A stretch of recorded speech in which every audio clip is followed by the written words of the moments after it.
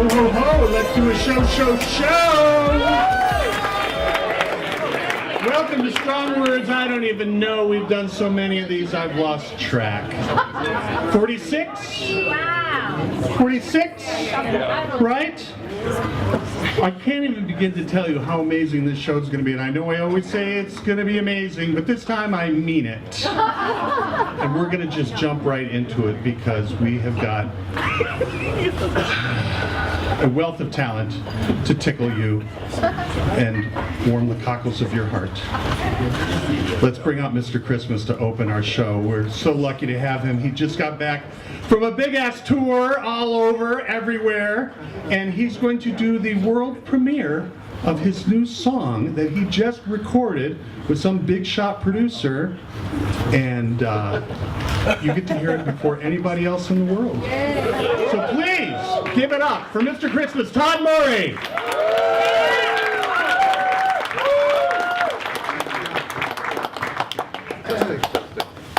Testing, testing. Merry Christmas. Here I am to warm your cockles. Hit it. Walking down the streets of town, got the winter blues. Suddenly I see a crowd of people passing through a cathedral door. They were caroling, and above I heard the church bells ring. Then I heard a choir sing, and I knew what I must do. I'm getting into the swing of Christmas, my favorite time of year.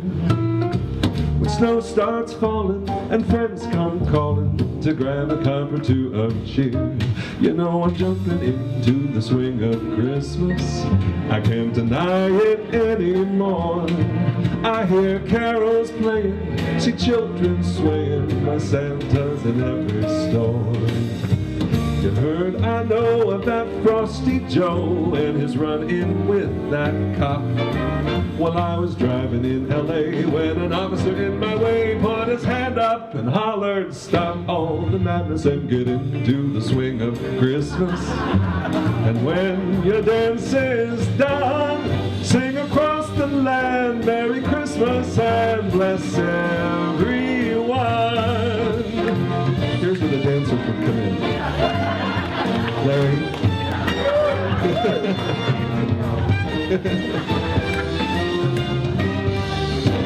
That's real brass, by the way.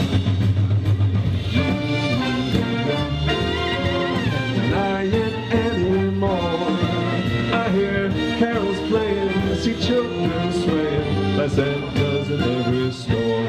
Oh, let's dream of snow and of mistletoe and of chestnuts that go pop. And if a Scrooge is in your way, who is bar humbugging your day, you put your hand up and holler, "Stop all the madness and get into the swing of Christmas." And when your dance is done, sing across the land, Merry Christmas and bless everyone. Sing across the land, Merry Christmas and bless everyone.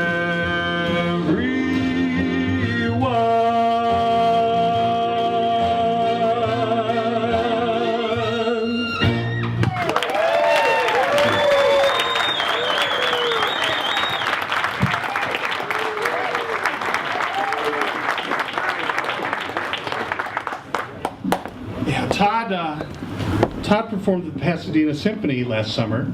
He was on a bill with Dick Van Dyke and Lorna Luft. Guess who stole the show? Just amazing. How many of you are here for the very first time? Love it. Virgins. Virgins. Excellent. Excellent. We will go over the rules. There are no rules. Well, there used to not be rules. The world has changed. Please don't take your pants down and show anybody your business. Please don't lie to the FBI. Please don't collude with Russia. Other than that, you're welcome to do just about anything else. You can tweet, you can video, you can take pictures. Speaking of, we're recording tonight's show, so thank you for being on our recording. All right, much business. First, let's give it up for Bill and Rick, who are making everything sound and look fabulous. Second, let's give it up for Erica Elizabeth, who made this place look so gorgeous.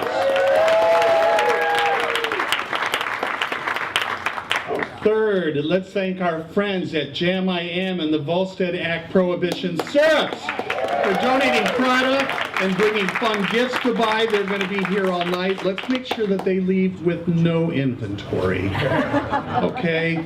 Because they were nice enough to give up a Sunday night for us. Let's thank all the people who baked for us. David Silvas, who couldn't be here tonight. Juan and Raphael, thank you so much. Am I forgetting anybody? Oh, I haven't forgotten Randy. Randy has the keys. We never forget Randy.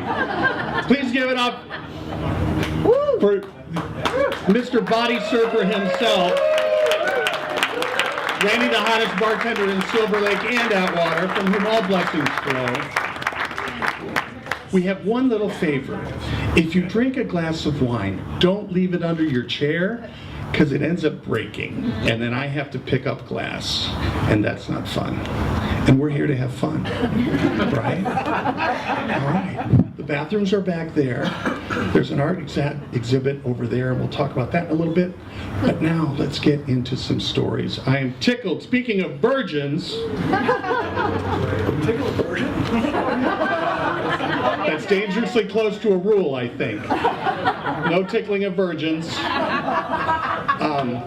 But I'm tickled to welcome this virgin to our stage for the very first time, of many, I hope. Tonight, I tried to get a diverse representation of all holidays, and I found a great group of white people to do it. You try, sometimes it just doesn't work out. But in terms of of diversity of thought, we're pretty well covered. So please welcome the very first, the most essential piece of the evening, the first one that sets the tone and establishes, the level of quality. No pressure. Annabelle Gerwitz.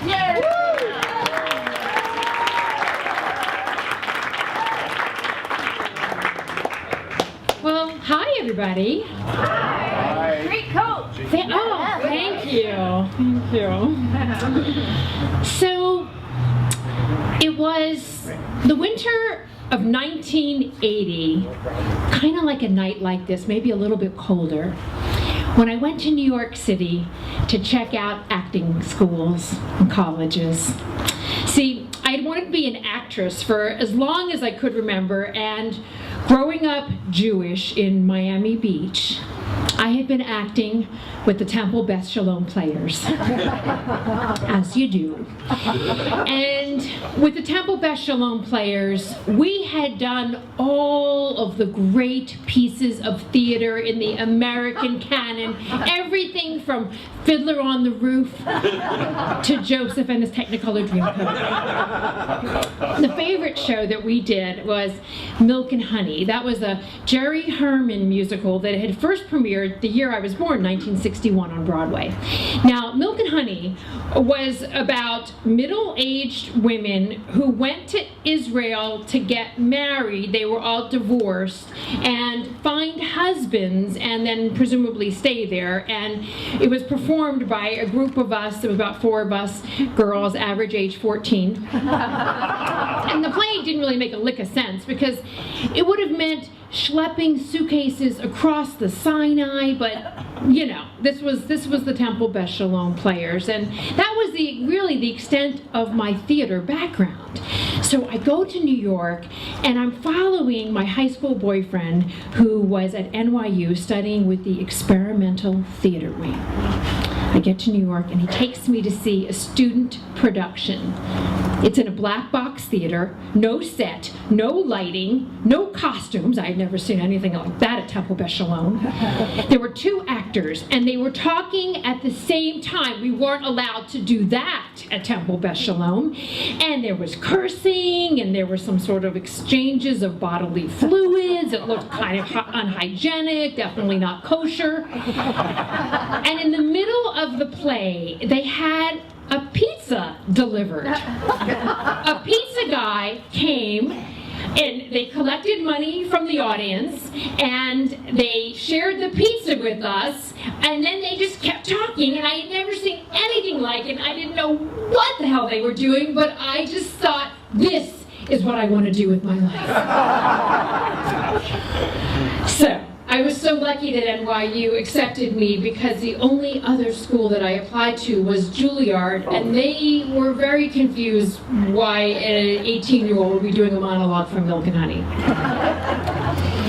So I go to NYU, and I quickly find out that this experimental avant-garde theater was not just a crazy little notion. What it was a reaction against an art that had come previously. It was based on the avant-garde theater movement that was a reaction to Dadaism and Cubism.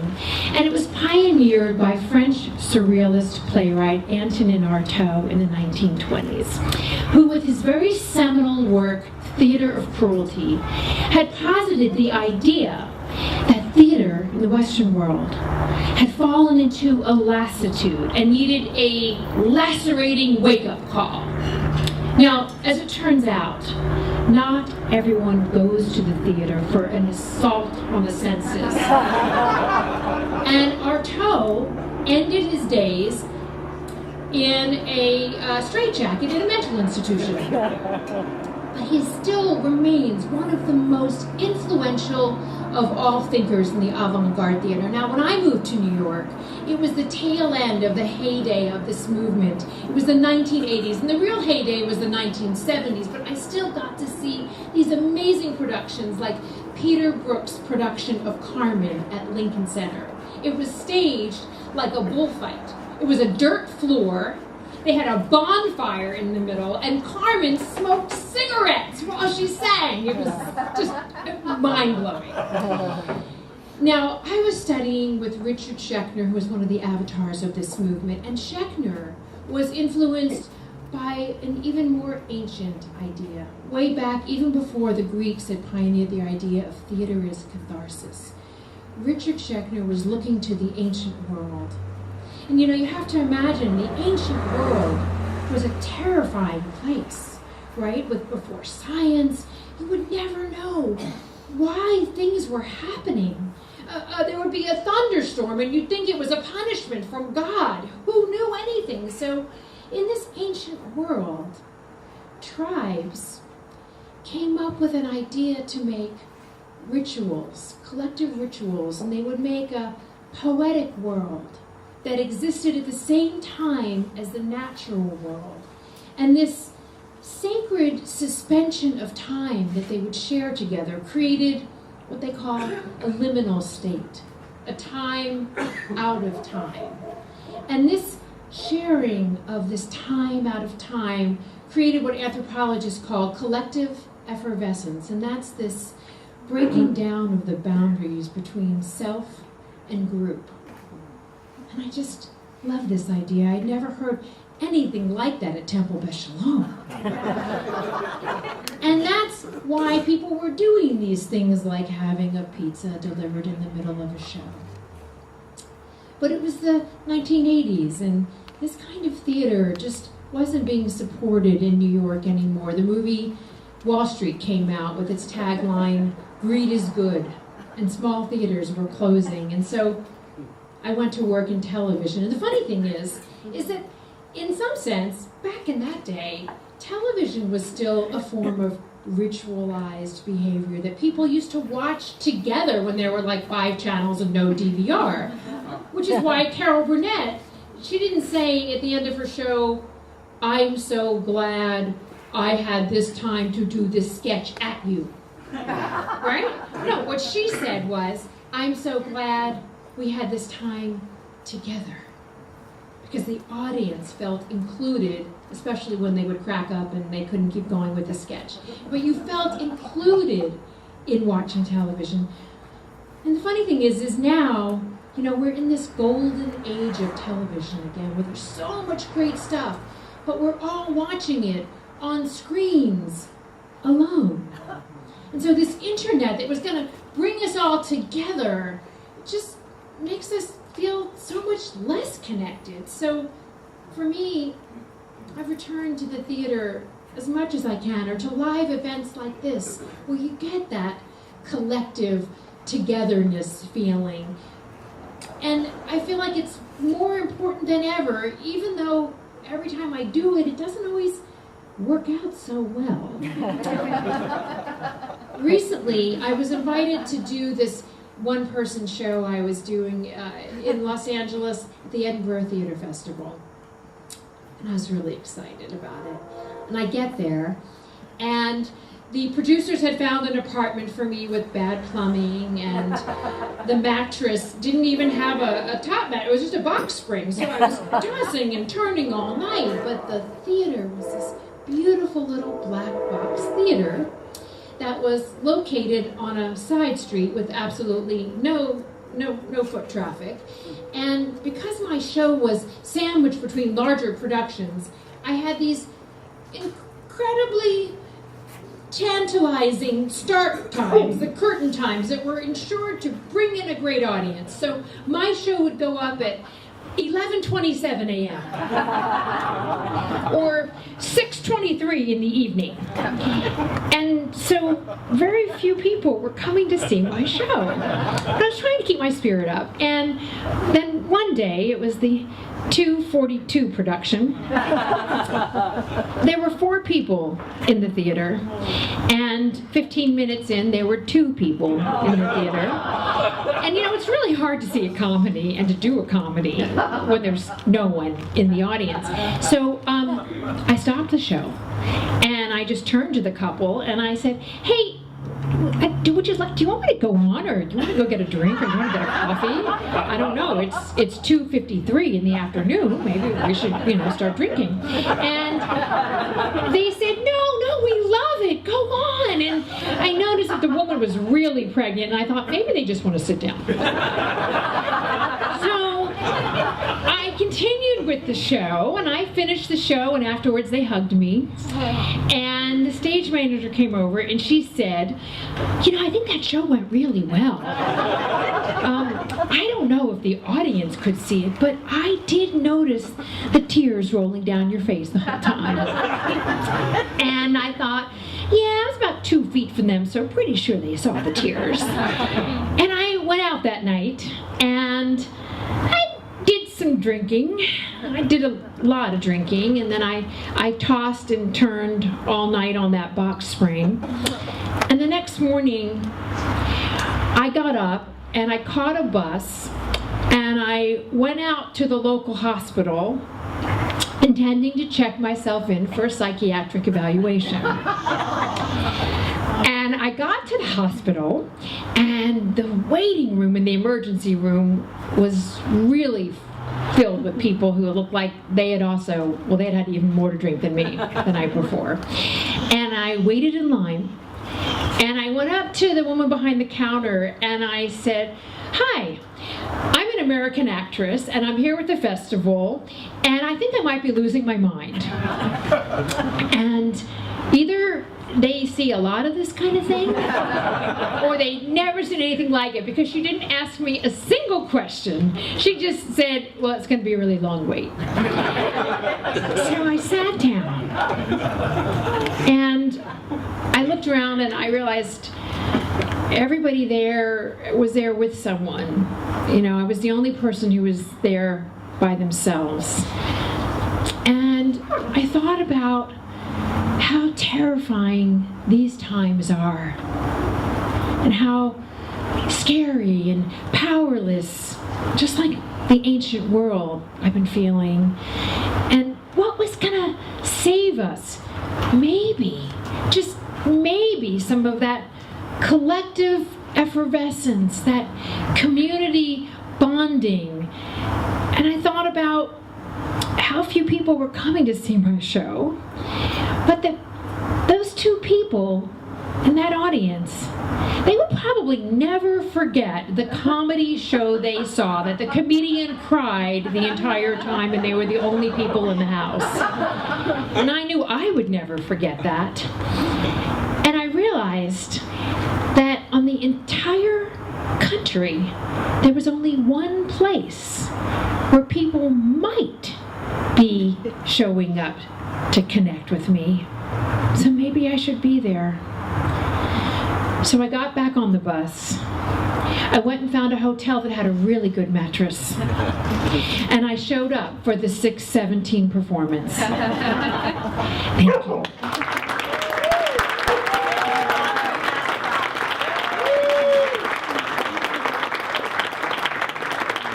Annabelle Gerwig!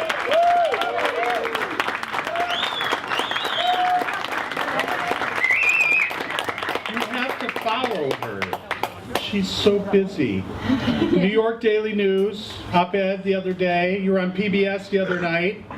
I think I saw you looking at my window. You're like everywhere.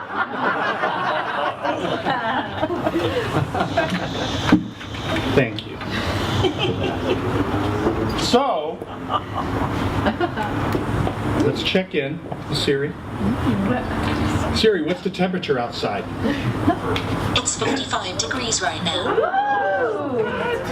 You will be happy to know we have rescue teams standing by. If anybody is in a hypothermia, we've got you covered. Thank you for coming out tonight. I made you all swear you would show up, and I thought they're not coming, and you did. So thank you. And I'm glad, because you're going to love our next virgin. She's got a book. She gigs a lot. Probably not Toledo. But I love it when I don't meet people and we just start talking via email and I fall in love with them. And now you're going to see why. Please welcome, for her first of hopefully many times, Joanna Stein. Thank you so much. I am delighted to be here. Ooh, this is low. I'm old. You want higher? My eyes can't see that one. Can you help me? I'm also unable to do things for myself. What's that? It's great. How's that?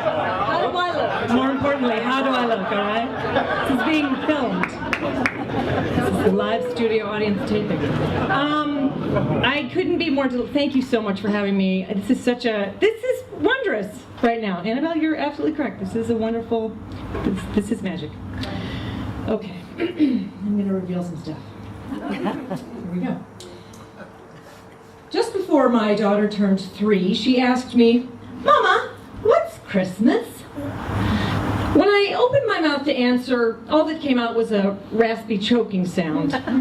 It was more awkward than the time she saw me coming out of the shower and asked me why my kiki looked like a squirrel's tail. So I don't need to explain what a kiki is. I can say that I haven't had it waxed in a long time, and by long time I mean never.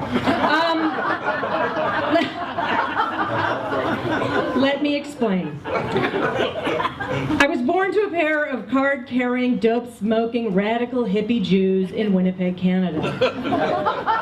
Not a lot of Jews in Winnipeg, Canada, and even fewer card-carrying, dope-smoking, radical hippie ones.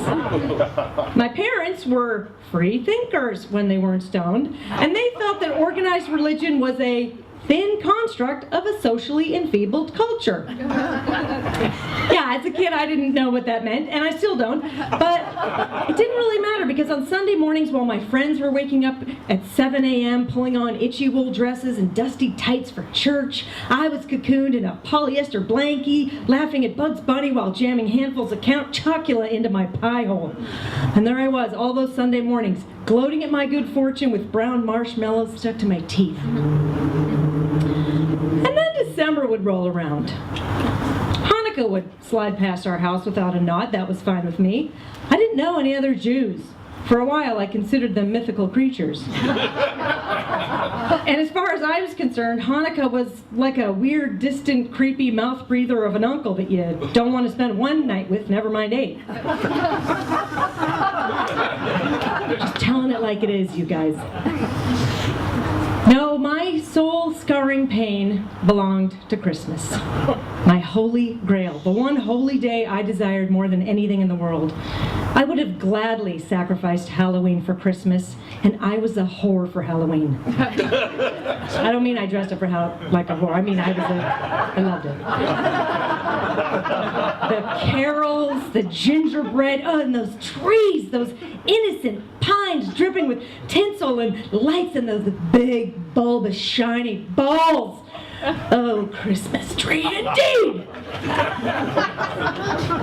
But as you can imagine, in the Stein house, Christmas was the most despicable of religious holidays. My parents rejected its crass commercialization, its Judeo-Christian fascist hypocrisy. You know what that means? Mostly, they hated the idea of being forced to spend time with extended family members who weren't supportive of their alternative lifestyle, frequent consumption of pot brownies. But my parents, God or somebody bless them, they had the presence of mind to realize that even though they had their principles, our family was weird enough already. And depriving their kids of presents during the holiday season was just one toke over the line. Yes. And lo, Stein Day came to pass. Stein Day. It fell on December 26th. Boxing Day, also known as the Great Canadian Fire Sale. When sometime around mid-afternoon, Mom, Dad, and the big blue Rambler station wagon would pull into the garage, loaded down with half-price Legos and out-of-the-box erector sets and several bags of Chinese food. And while us kids played with our loot, Mom and Dad would spoon out the chop suey, smoke a bowl or 2 or 7, and that was that. Happy Stein Day! No visiting relatives stinking up the bathroom, no insincere toasts about gross things like family togetherness, no commie fascist Hallmark bullshit, just fun. By the time I was old enough to appreciate it, Stein Day had gotten even more casual, if that's possible, and it was. My teenage brothers couldn't be paid to hang out with their parents, even if they did have the best weed in town. And the magical cavernous Rambler, now deceased, had been replaced by a VW Bug in which my mom would drive me to Kmart, hand me $20 and tell me to get yourself something and bring me back the change.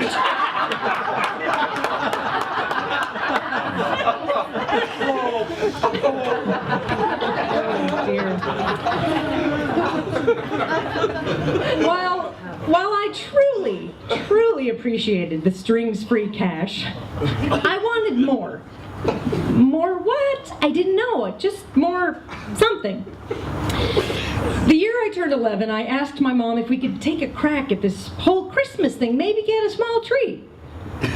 She laughed long and hard, then gave me her stock answer of, "Don't be ridiculous!" Because underneath all that tie-dye beat the heart of a pragmatic dictator. That is when my search for personal Yuletide satisfaction began.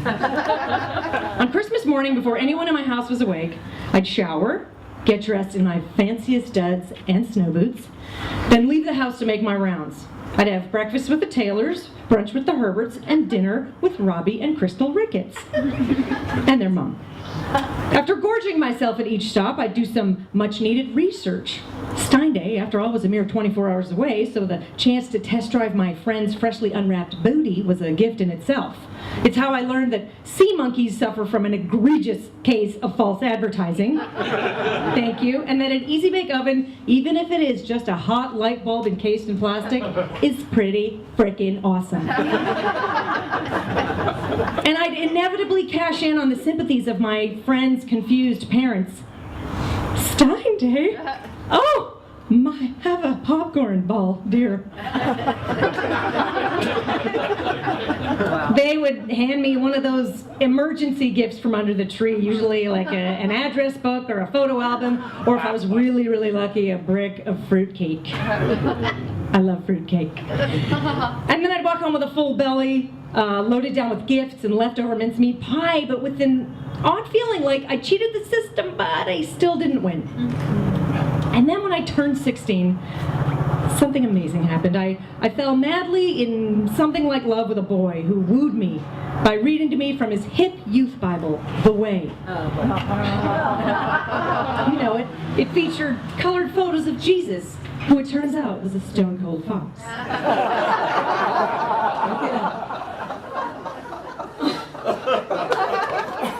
On our first Christmas Eve, Matthew took me to his church. It was a nice, homey Presbyterian joint, and as we held hands and sang songs about frankincense and reindeer, I felt a deep sense of warmth and belonging.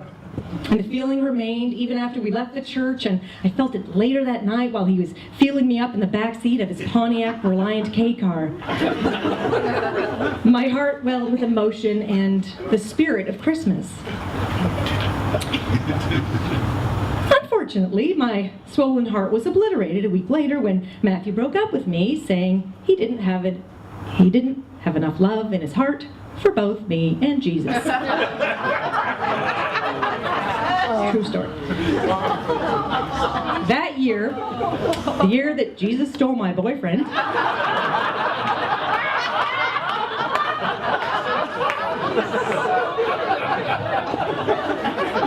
and then P.S. subsequently gave him to Joel Benderchuk.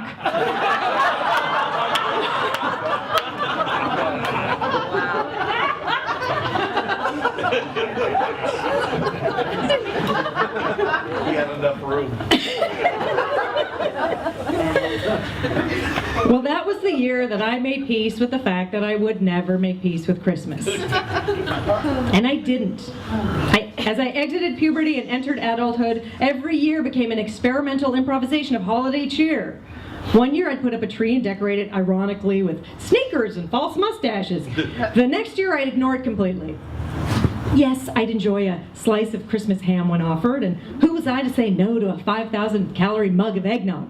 I'm not a maniac. But the older I got, the more estranged we became. Christmas was like a Facebook friend that I'd stalk now and then, but I wouldn't dream of inviting him to hang at my house for a week. By the time my husband showed up, I was long past my Christmas obsession. He's also a semi-Semite. And the year we hooked up,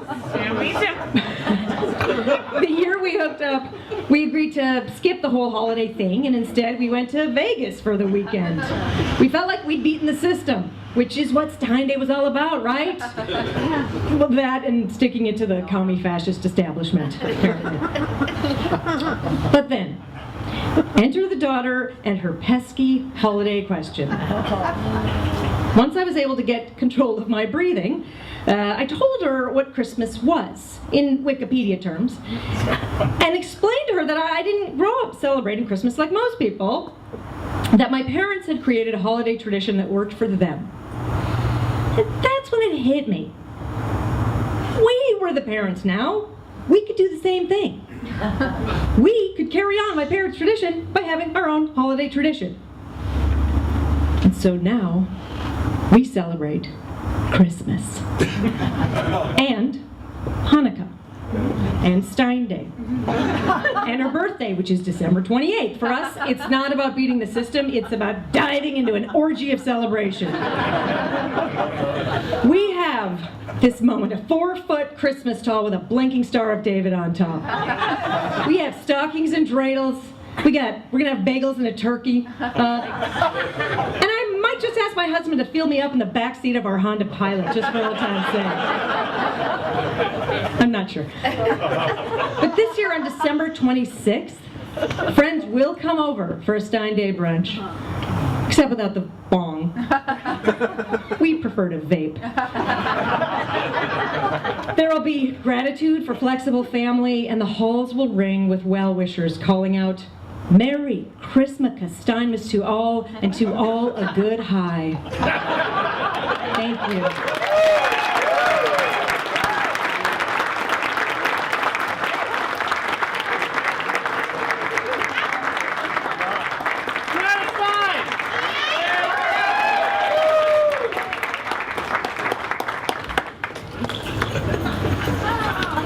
Stein Day. I'm going to do that. Yeah. Absolutely, right? So, for you to be downtown and $25 poorer, you could be attending the Moth.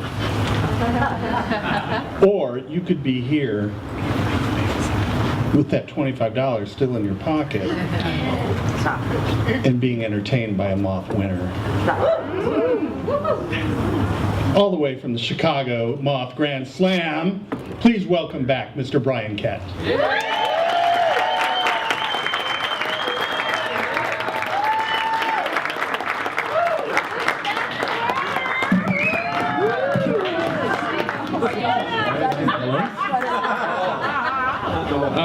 Hi, everyone.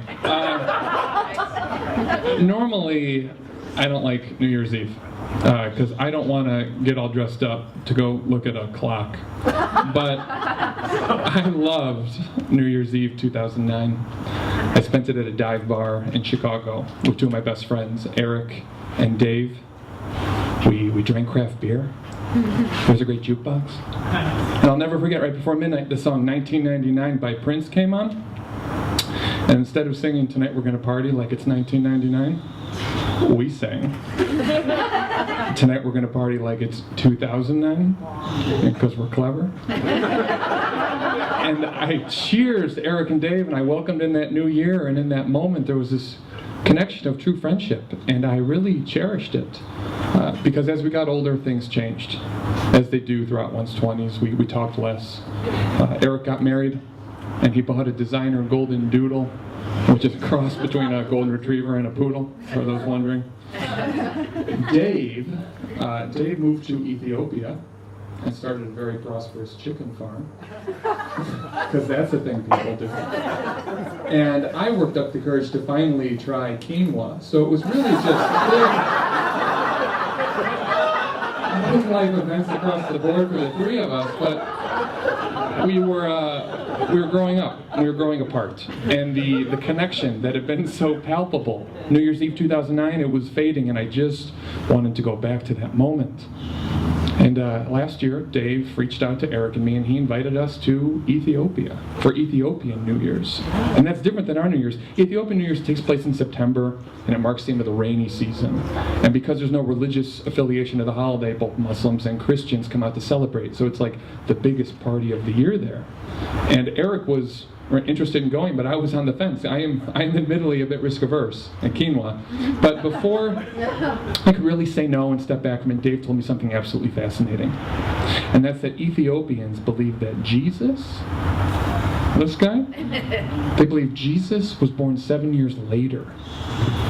And because of this, their calendar is actually 7 years behind the rest of the planets. This is the thing. Okay, so when it was 2007 here, Ethiopians were ushering in the new millennium. Okay, we can talk about this after if you want. It's nuts. But as Dave told me this, I did the math in my head, right?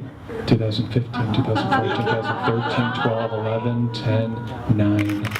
I could relive New Year's Eve 2009 with Eric and Dave, and that was enough to do it. I set that anxiety aside. I took a ridiculous amount of my savings that I probably shouldn't have spent, and I bought a plane ticket. And you know, just to maintain these friendships, I needed it to be just how it was before. So I needed the same kind of bar. I needed the same kind of music. I needed the same kind of beer. This was my plan, okay? And just to, like the icing icing on the cake, I went on eBay. I scoured eBay for hours, and I finally found 3 pairs of those 2009 glasses with the zeros for eyes, and a few months later, Eric and I got on a plane bound for Addis Ababa, Ethiopia, and like 15 hours later and 9,000 miles later, when we finally touched down, the captain came over the PA, and he said, "Happy 2009, everyone." And this jolt ran through my body. I was like Marty McFly getting out of the DeLorean. It worked. And so Eric and I, we met up with Dave. We gave him his glasses, and we all took to the streets, all wearing our glasses. And the city was alive. These men on stilts marched by, and these herds of goats ran past us, and these vendors tried to sell us sticks of unwrapped gum. And I ignored all this. I just got to the plane. I said, "Dave, where's the nearest dive bar?" And Dave laughed because Ethiopia doesn't have dive bars. And Dave said if they did, it's most likely we wouldn't want to go to one. So strike one. We wound up going to this club, this party at a club, and we walked in. The DJ was playing this fusion between tribal chanting and techno. And it's interesting because you think that mashup wouldn't work at all. And he'd be absolutely right. It's terrible. Strike two. And I guess it kind of goes without saying, but there's not much of a craft beer scene in Ethiopia. Just this beer in these weird little bottles that tasted like hot fermented corn. Straight three. And I was so upset. And I excused myself. It was all different. It was a different kind of bar. It was a different kind of music. It was a different kind of beer. And I was sitting outside the club. I was still listening, but I was just so down. Because this wasn't what I wanted. It wasn't what I designed, and I had wasted so much time and money and just energy and emotion. And when I was really at my lowest, the first and only English song of the night came on. 1999 by Prince. Because I think we can all agree if there's a universal constant out there, it's Prince. Right? And one line stood out to me that I never had before when he sings, "And life's just a party, and parties weren't meant to last." And it just hit me that in trying to recreate the past, I wasn't even appreciating the present. I was stuck in the past. And I was in Ethiopia with 2 of my best friends at the biggest party of the year, and this party wasn't meant to last. And so I snapped out of it, and I marched right back inside. And as Eric, Dave, and I sang, "Tonight we're gonna party like it's 2009, because we're clever," I cheersed them, and I rang in that new year again.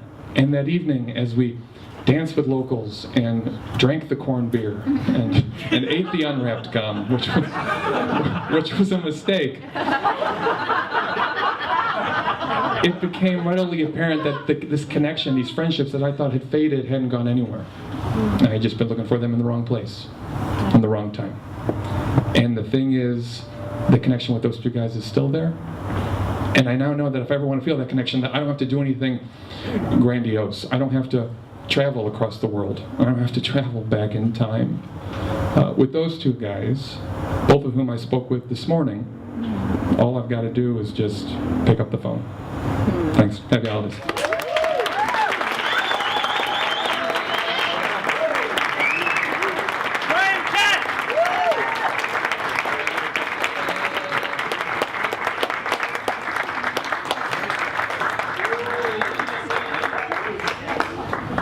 So a lot of work goes into this event. You'll never know. Dude, is that you? Is that all you? I thought I was tall.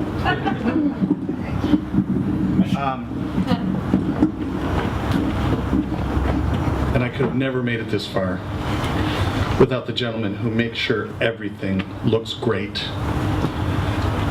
has artistic flair. He curates our exhibits.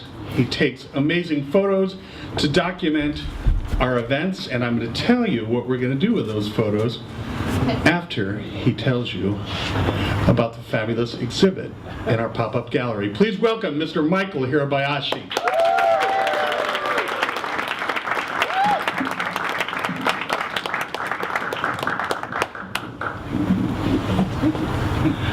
The photo exhibit that we're showing tonight is photographs by a friend of mine, Hideo Oida, who's a Japanese photographer who's living in Venice. He's been living there since, well, probably more than 30 years now. They're all musicians, and the photographs were all taken on film. Remember film? Yeah. And what's different about film is that the film process kind of makes it more important for the photographer to take a good picture, whereas the digital process, I think, is more about getting elements that you can manipulate in Photoshop. So all these photographs were taken as is. There's no Photoshop. It was a collaboration between Hide, the photographer, and his printer at the labs. And nowadays, it's very difficult to find printers who can print as good as these prints are. So these are kind of very special photographs. So if you have a chance to take a look at them, please do. Thank you.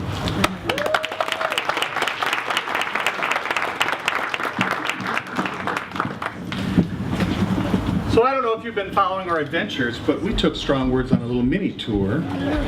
Marlene and I went to exotic locales. First we went to Palm Springs. Sold out, killed it.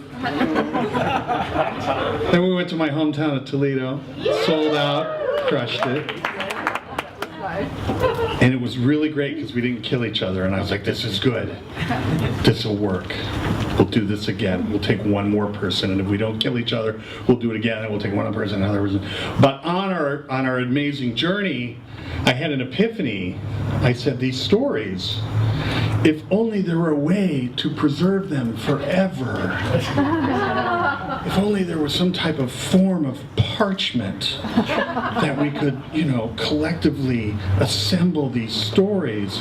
And if only there was photographs accompanying each story, showing the artist in their delivery of this story. And that's when I was like, book. We're going to put out a book next year. So, something to look forward to. But first, I'm going to ask one more favor. Well, that's two favors already. One, you've already accomplished by being here. And two, you're going to accomplish by not leaving your wine glasses for me to step on and break. Third, and this is the most important favor, okay? 2-4-255. Repeat after me. 2-4-255. On February 4th, we are opening the Los Angeles Public Library's Made in LA series at the downtown branch, the Mark Taper Auditorium. 2-4, February 4th, we have to fill 255 seats. Easy. You're all captains. You all must bring 5 people on 2-4 at 2 p.m. 2-4-2-255, okay? Commit that to memory. It's a Sunday afternoon. It's lovely. If you've not been to the downtown library, it is gorgeous. It is stunning. It is remarkable. I've been to every library in Los Angeles. It's my favorite. And it's free. Free is my other favorite word. So please, please, please, please, come. Show continues. For these storytellers to be so good, they typically have to learn from somebody. A lot of the folks you see on our stage learn from the best. She teaches a creative writing seminar that's ongoing, and more often than not, somebody says, I took her class, changed my life. So let's let her change your life. Please welcome back Claudette Sutherland.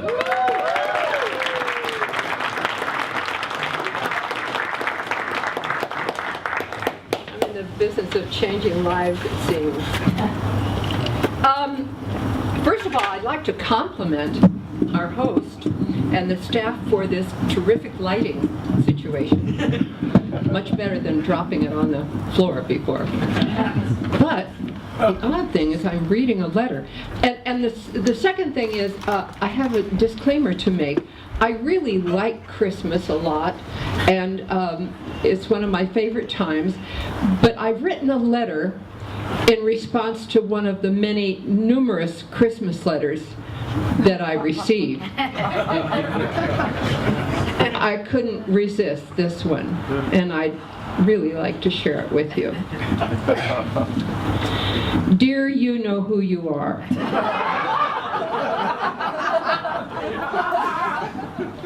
I don't know who Whitty is. In fact, I don't know if of anyone ever named Whitty, and if I did, I wouldn't brag about it. I don't know who Rainbow, her high school friend she visited in Chicago just this past summer, is. I'm sorry to hear that Rainbow's tumor got as large and unwieldy as it did. But I'm glad she had a strong support system just on general principle. I have no need to meet Whitty, no matter how important she may be to you in your life, and I don't need to know if Rainbow is a man or a woman. Your classes in Tai Chi come across not nearly as life-changing as you would have them.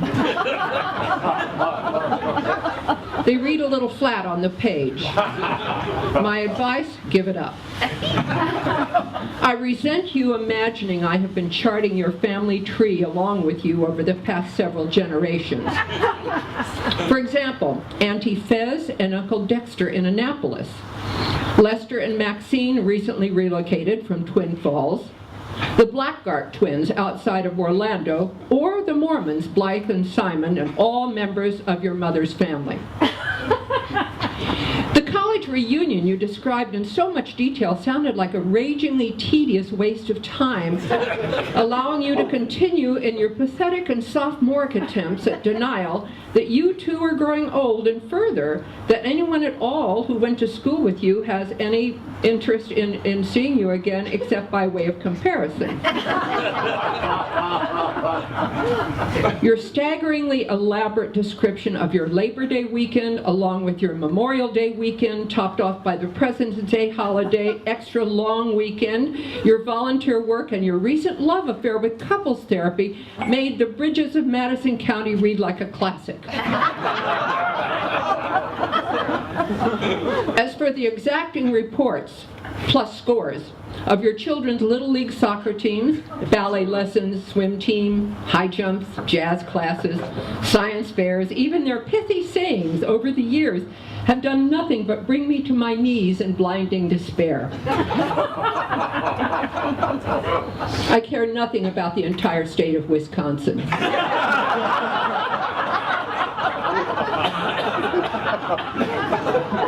And never, never dare to share a recipe again. I was foolish to be attracted enough to your last year's decorative centerpiece, constructed out of licorice ropes, rice balls, and pine cones, to create a disaster in my kitchen from which I'm still recovering.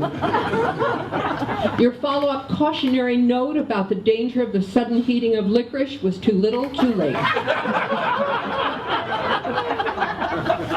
I don't care about your addition to your house, your contractor and his family, and dramatic as it may have seemed to you, I could simply not connect with the freak accident involving the pool heater and your dog Irene, who I remember with fondness. In future, please do me the courtesy of leaving me off your list. Your letters make me feel obligated, small-minded, guilty, bored, an overall radical misfit whose life is completely without meaning. Thank you.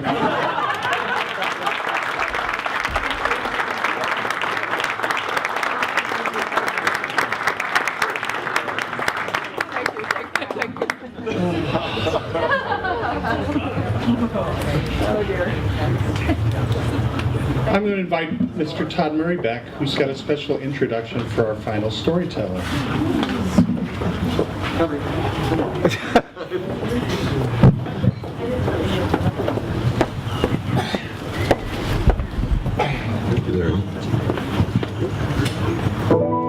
Another year is finishing, the work is nearly done. Now's the time of joy for everyone. There's there's a fella who is coming, and you'll know he is the one. He's the guy in red, who's tons of fun. Let's hear it for Santa Claus, a jolly guy if there ever was. He's got presents for you and me, and if you've been real good, maybe 2 or 3. Santa shouts up, up and away, and off he flies in his magical sleigh. I'm not fooling you, there's reindeer pulling him. I don't know how or why.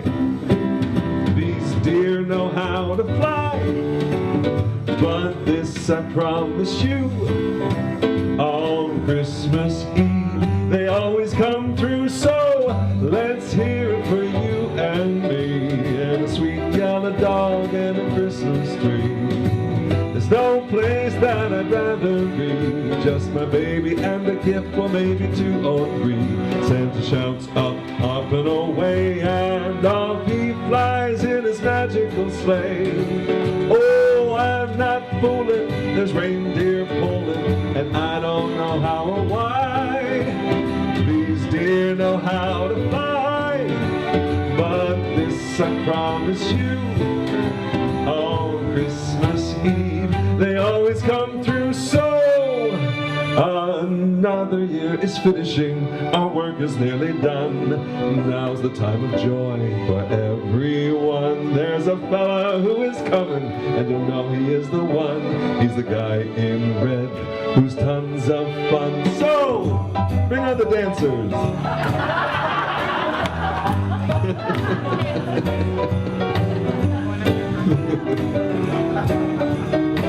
Where'd they go? Santa shouts up, up and away, and off he flies in his magical sleigh. Oh, I'm not fooling, there's reindeer pulling. Oh, I don't know how or why. These deer know how to fly, but this I promise, on Christmas Eve they always come through. So let's hear it for Santa, let's hear it for Santa, let's hear it for Santa Claus.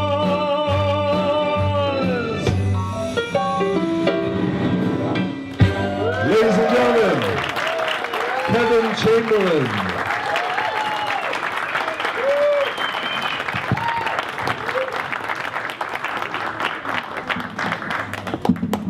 So I guess I'm Santa Claus.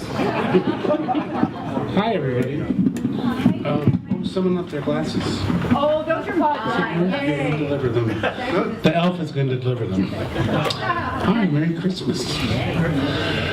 I've had a lot of crappy soul-sucking jobs in my life. I delivered sandwiches for yuppie scum on Wall Street. I sold magazines over the phone. And I was a dishwasher at a seafood restaurant. You can only imagine the smell you walk home with. So when I meet someone who's working a soul-sucking job, I'm filled with this profound empathy and a deep respect for them. I was a waiter for many years, so when I'm at a restaurant, I go out of my way to be nice and low maintenance.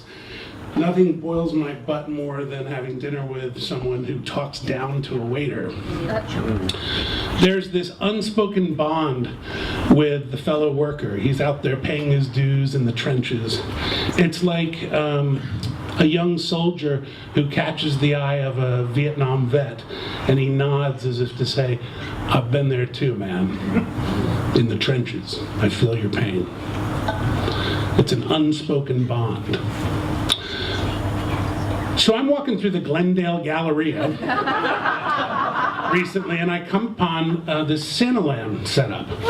And it's in the middle of the mall, and these two college-age girls are they're ushering Santa Claus into his house. And they're wearing the requisite green felt overalls.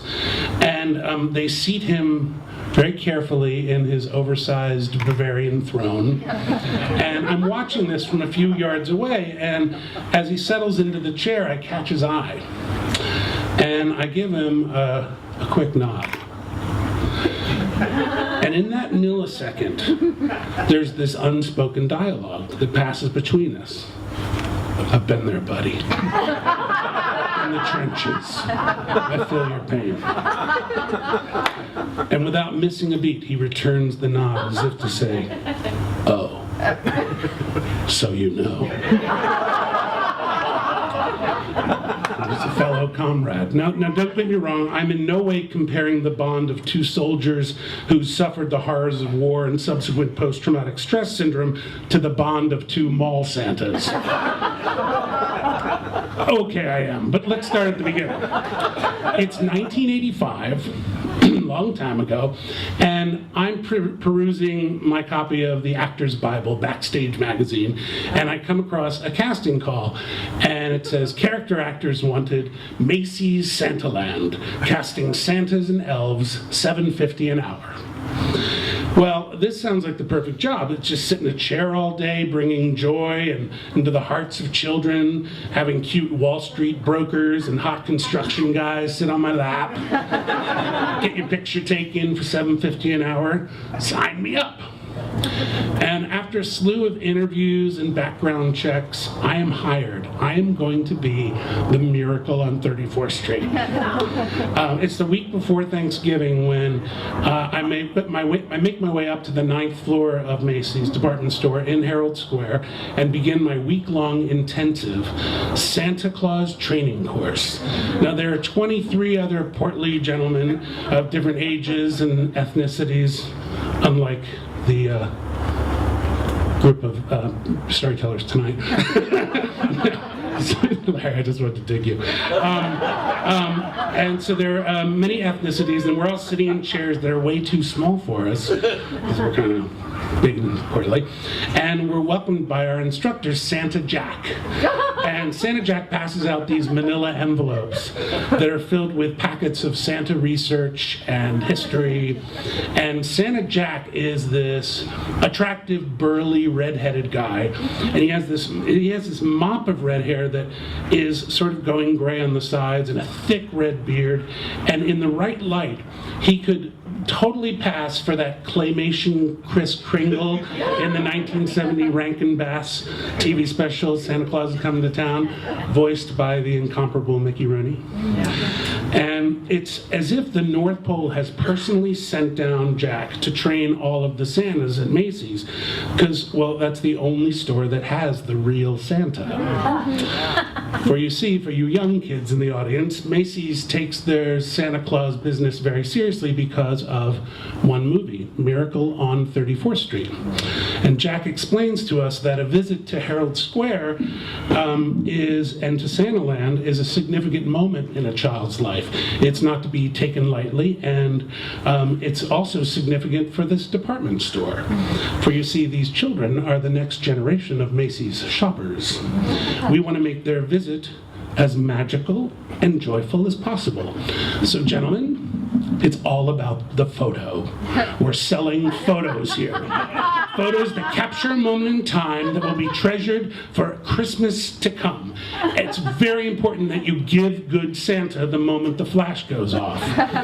And so began Santa Boot Camp. Our days were filled with measurements and fittings for our Santa suits and wig and beard application workshops, foreign language classes where we learn how to ask the question, what do you want for Christmas, in 10 different languages, including signing for the deaf. We observe mock Santa visits with test groups of school children. They even instruct us on the correct technique for offering a child a candy cane in a non-threatening manner. So my nights are exhausted, lying in bed as I drill Korean and Japanese and Chinese, Mandarin and Cantonese versions of Merry Christmas as visions of sugar plums dance, blah, blah, blah, blah. Shundan kwaele, shinin omideto, kori sumaso omideto. On the final day of orientation, this sweet, portly gentleman in his 50s, saunters into the classroom, and he's all rosy-cheeked and with a beautiful snow white beard. And this guy is the embodiment of Santa, and he knows it, and he owns it. And one of the Santa veterans leans over to me and whispers to me, "That's Santa Bill. He's the Macy's Thanksgiving Day Parade Santa. He sucks on peppermints all day, so when he talks to the kids, his breath smells like Christmas."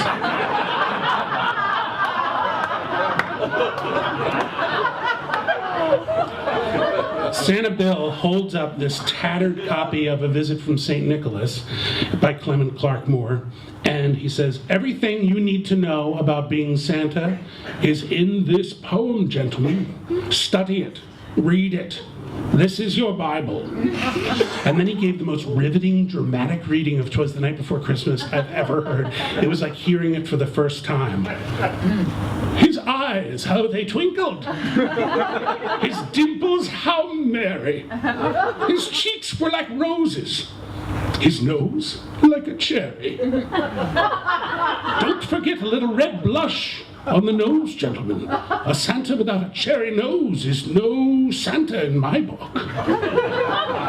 It was like I was in the locker room the night before the big game, and Santa Bill was our coach giving us our final pep talk. And as I left Macy's that evening, I had a bounce in my step, and I was all jazzed and nervous about my debut as Santa Claus in less than 48 hours.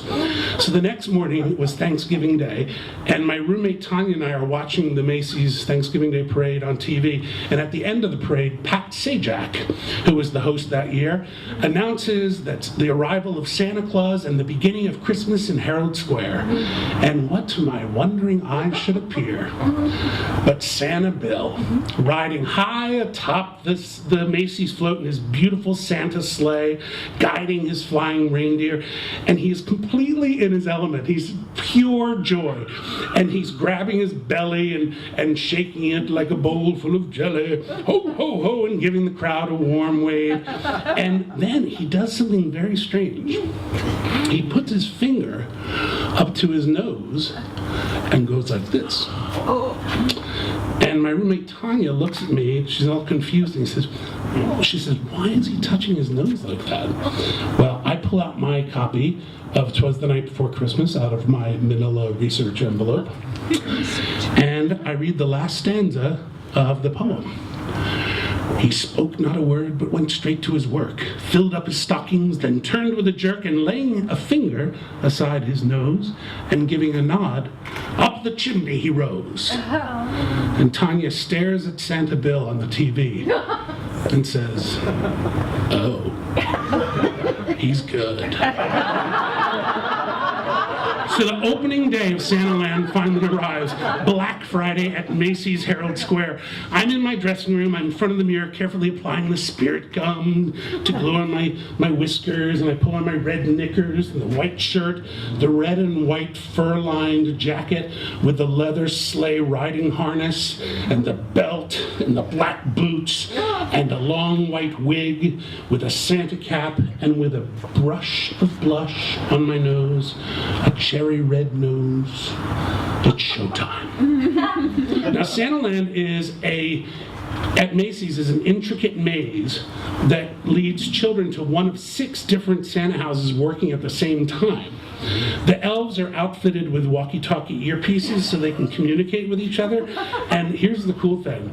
The elf gets the name of the child and then channels it to the elf that's in the Santa house, so that when the child walks into the house, Santa knows the child's name, because Santa knows every child's name.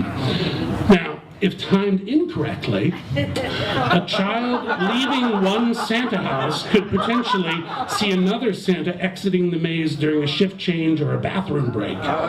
So the elf assigned to me, a boyish 40-year-old chorus boy named Randy, hustles me quickly from the dressing room, through the maze, and into my Santa house.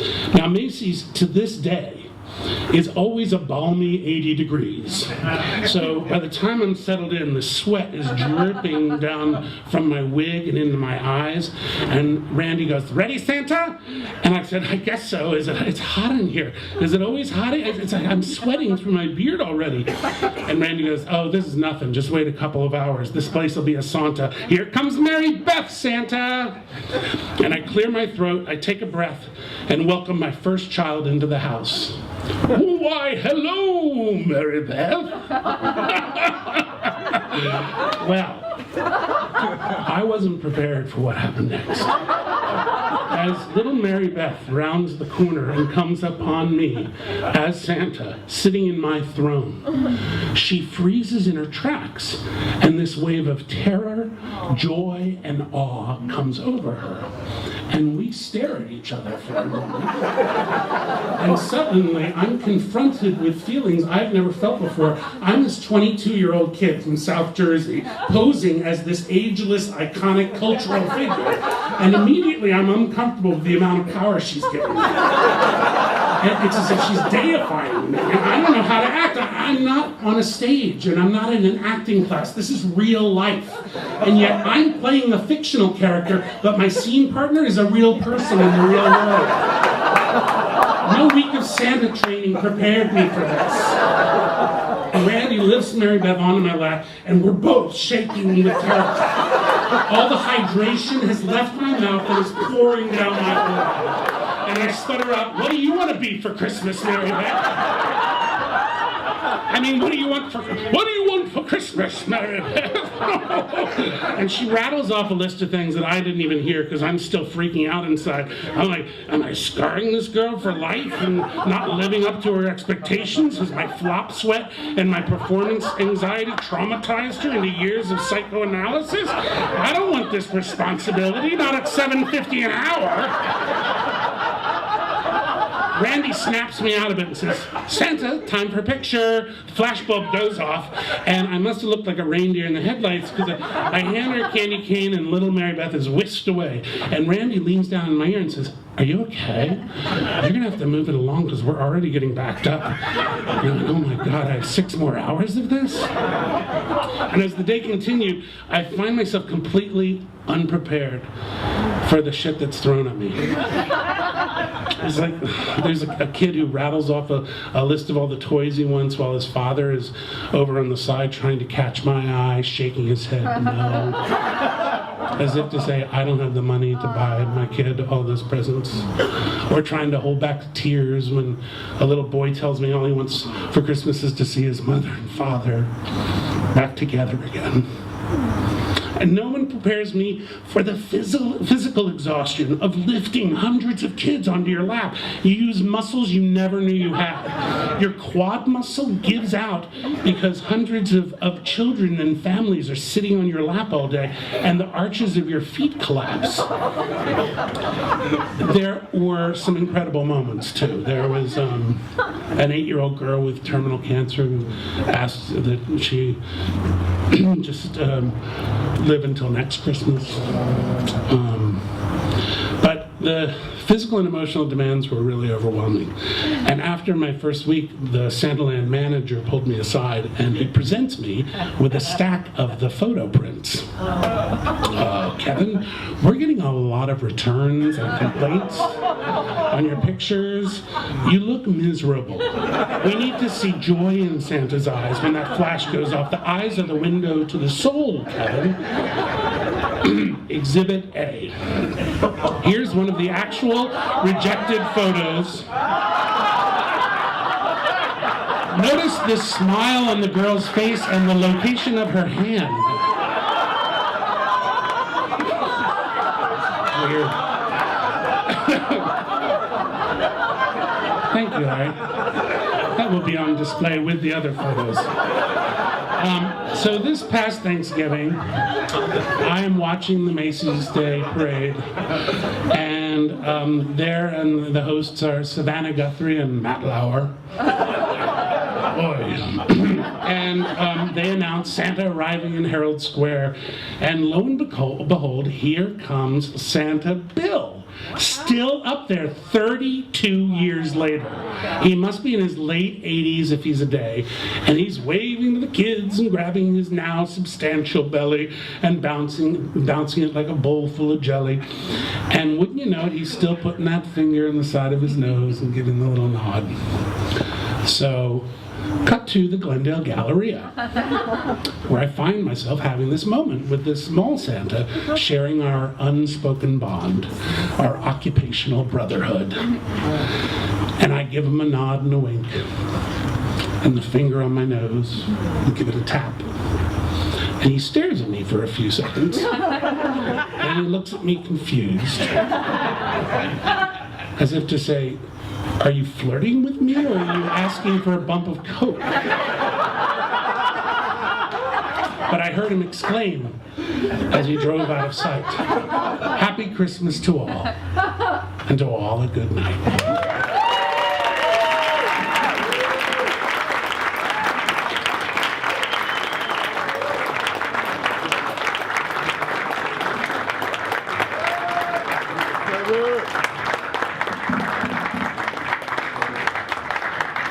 We never repeat stories at this show except for that one. That was Kevin's third. And I think we'll do it every year if he's willing. Before he rushes off to Broadway to star in a new show with the public. We'll miss you, mister. We have another tradition. We never leave without Todd singing an old standard. There he is. Thank you. I gotta admit to you all, when I was getting ready to come here, I was not into Christmas. But once again, Larry has assembled an amazing group of writers and performers, and once again, I'm in the mood, Larry. Merry Christmas. How about a round of applause for our fearless leader? I'm going to sing this one time through to remind you the words, and then it's our tradition that we all sing together as we say goodnight. I'm dreaming of a white Christmas, just like the ones I used to know, where the treetops glisten and children listen to hear sleigh bells in the snow.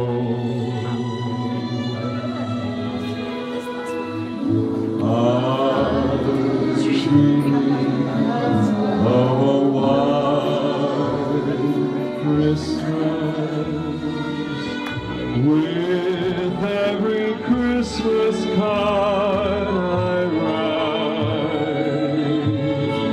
May your days be merry and bright, and may all your Christmases be white. Okay, now it's your turn, everybody. If you have a lighter, pull it out. Of a night. Where's the dope smoker? She has one. Just like the ones I used to know, where the treetops glisten and children, there we go, listen to hear sleigh bells in the snow. Larry, come up here with me. Come on. I'm dreaming of a white Christmas, with every Christmas card I write. You can sing too. May your days be merry and bright,